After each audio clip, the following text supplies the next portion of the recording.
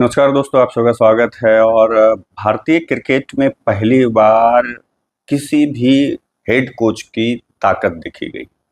मैं इसलिए ऐसा कह रहा हूं कि जो अब तक खबर आई है या जो खबरें धीरे-धीरे निकल कर के भारतीय क्रिकेट से रिलेटेड, खास कर करके रोहित शर्मा और विराट कोहली के संन्यास लेने के बाद जो खबरें आ रही हैं या उसके पहले भी आ रही थी, तो उसे देखते हुए या सुनते हुए और बहुत सारे अगर रिपोर्ट्स की माने तो इन दोनों बड़े खिलाड़ियों के संन्यास, या दो नहीं तीन कह लें, अश्विन को भी उसमें शामिल कर लें, कि उसमें गौतम गंभीर का सबसे बड़ा रोल माना जा रहा है, अहम योगदान माना जा रहा है। अब इसमें ये कितनी सच्चाई है ये मैं नहीं जानता, लेकिन ऐसी खबरों की माने या जो अलग-अलग अखबारों के रिपोर्ट्स की माने तो ये बात निकल कर के सामने आ रही है।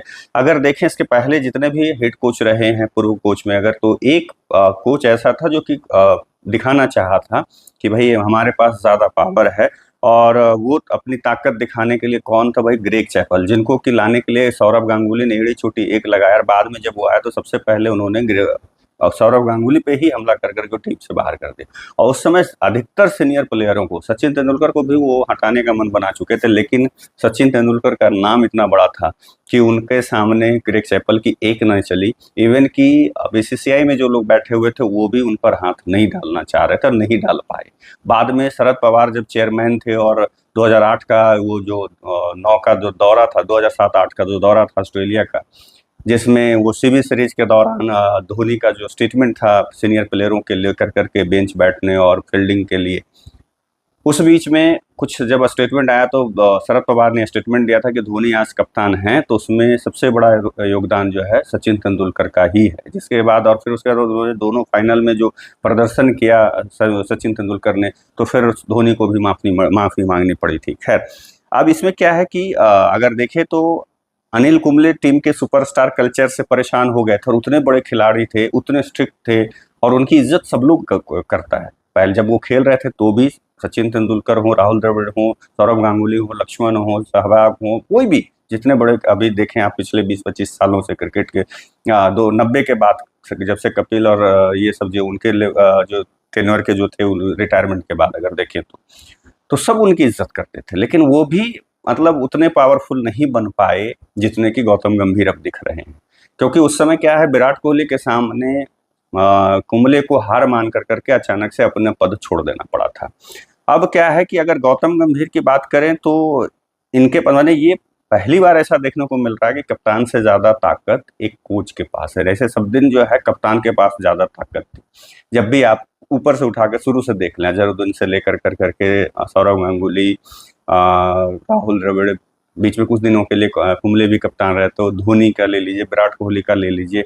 ये पहली बार है रोहित शर्मा के ही समय ऐसा हुआ है कि रोहित शर्मा की मतलब एक कप्तान के तौर पे उतने पावरफुल बीसीसीआई में नहीं है जितने कि गौतम गंभीर के कोच बनने के बाद गौतम गंभीर हैं।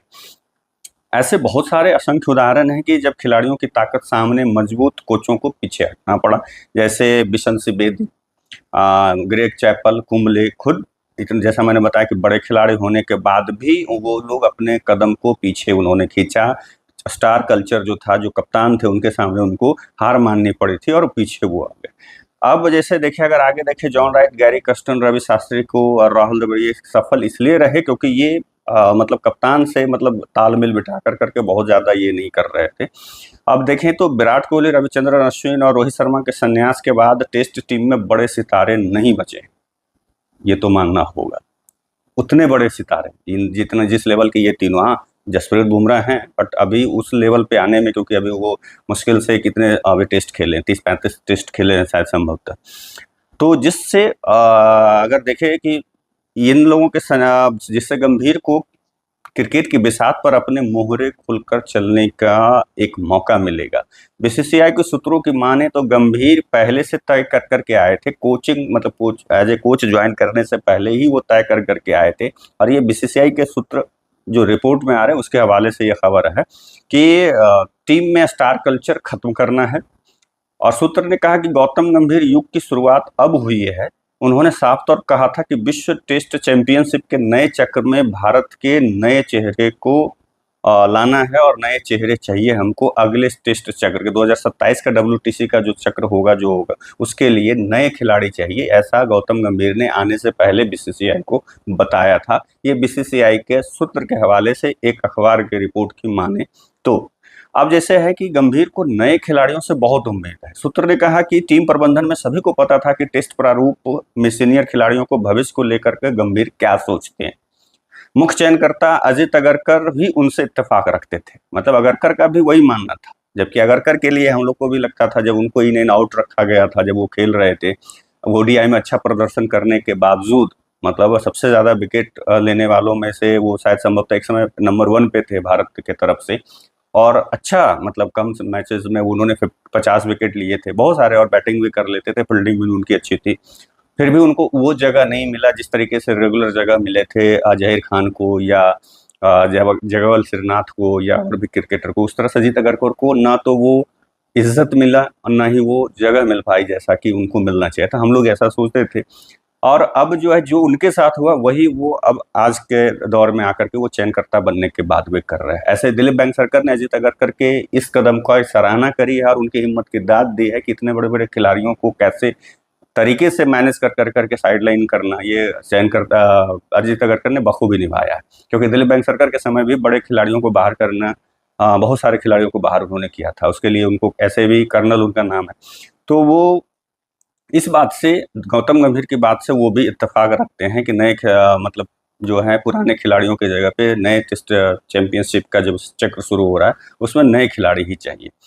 अब है क्या कि भारतीय क्रिकेट में कप्तान हमेशा से मजबूत शख्स रहा है। सौरव गांगुली, महेंद्र सिंह धोनी, कोहली, रोहित, सभी की टीम चयन में निर्णायक भूमिका रही है। लेकिन गंभीर के दौर में ऐसा नहीं रहा। मैंने क्या बोला कि गंभीर के आते ही रोहित शर्मा का जो है फिर वो दबदबा कम होना शुरू हो गया। राहुल द्रविड़ और रोहित शर्मा की जोड़ी संक्षिप्त लेकिन प्रभावी रही। इन दोनों की याद होगा कि जब 2023 विश्व कप के फाइनल में हारने के बाद जब उस समय उनका राहुल द्रविड़ का जो है वो जो अनुबंध था वो खत्म हो गया था, लेकिन रोहित शर्मा ने फोन कर करके मना कर करके बीसीसीआई को मना करके उनको पुनः T20 के लिए कोच के लिए तौर पे रखा कि आप T20 के विश्व कप के तक के कोच रहे, और आखिरकार सफलता भी मिली, विश्व कप भारतीय टीम ने जीती भी। तो वही दिखा कि हाँ भाई वो जोड़ी जो है बहुत प्रभावी रहे। लेकिन वही रोहित और गंभीर की जोड़ी कभी सहज नहीं रही। ये बात स्पष्ट रूप से दिख रही थी ग्राउंड पे भी, ड्रेसिंग रूम में भी। जब भी आप देखते थे कि जैसे द्रविड़ या और कोचेस के साथ कप्तान बैठते थे, उस हिसाब से अगर आप देखेंगे तो गंभीर और रोहित शर्मा एक दूसरे के पास कभी बहुत ज्यादा देर बैठे नहीं दिखते थे, दूर ही दूर दिखते थे। जहां ग्राउंड पे जाकर करके प्रैक्टिस सेशन या पिच के समय जो है पिच देखने के समय गौतम गंभीर या तो जसप्रीत बुमराह नहीं तो विराट कोहली से ज्यादा चर्चा करते थे, रोहित शर्मा से नहीं। तो ये दोनों कभी सहज नहीं दिखे। पहली बार मेगा सितारों की रवानगी में कोच की अहम भूमिका रही, लेकिन फिर यह ताकत दोधारी तलवार भी है।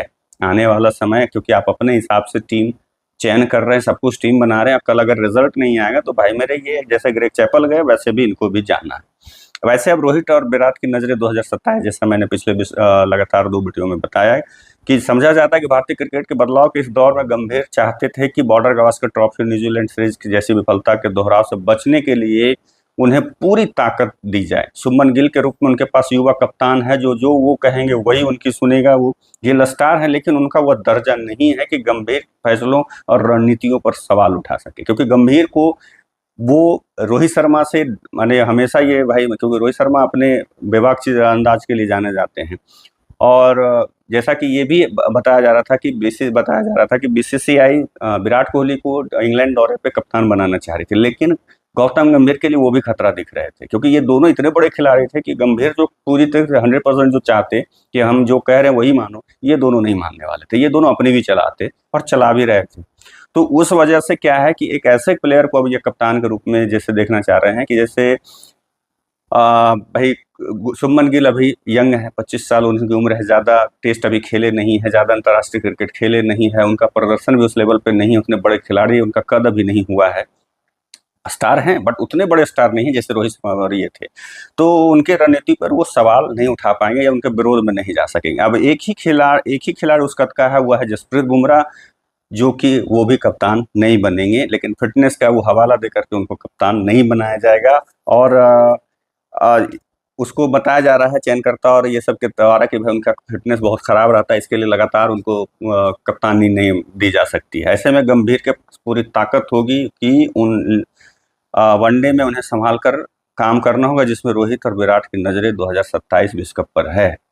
टेस्ट में और टी20 में गंभीर का जो चाहेंगे वो होगा, लेकिन ओडीआई में अभी भी, क्योंकि रोहित शर्मा ओडीआई का अभी भी कप्तान है और ये दोनों प्लेयर अभी खुल के कहा है, ऐसे तो टेस्ट में भी इन्होंने बोला था, ये दोनों बल्लेबाज जो हैं, अगर आप इंटरव्यू 2000 मार्च या अप्रैल का जा करके देखेंगे तो इन दोनों ने कहा था कि हम इंग्लैंड में अच्छा प्रदर्शन करेंगे, हम अच्छे कोशिश करेंगे कि हम जीत पाएँ ये, और इस तरह से अचानक से संन्यास उन्होंने ले लिया। लेकिन उसी तरह से वो ओडीआई में भी कह रहे हैं कि हम आगे मतलब खेलेंगे, हम 2027 का विश्व कप खेलना चाहते हैं, हमारा लक्ष्य है वो। और आगे अगर कुछ ऐसा होता तो क्या पता कि फिर अजीत अग्रकर और गंभीर की जोड़ी इन दोनों को फिर से अचानक से संन्यास लेने पे मजबूर करते, पता नहीं। लेकिन अभी फिलहाल ओडीआई में गंभीर का उस तरह से दबदबा अभी नहीं दिखेगा जैसे बाकी टेस्ट मैच और टी20 में दिख रहा है। देखिए क्या होता है, आप लोगों का क्या मानना है ये कमेंट करके ज़रूर बताइएगा। तब तक के लिए आप लोगों से विदा लेता हूँ, दूसरे वीडियो में मिलूंगा। नमस्कार।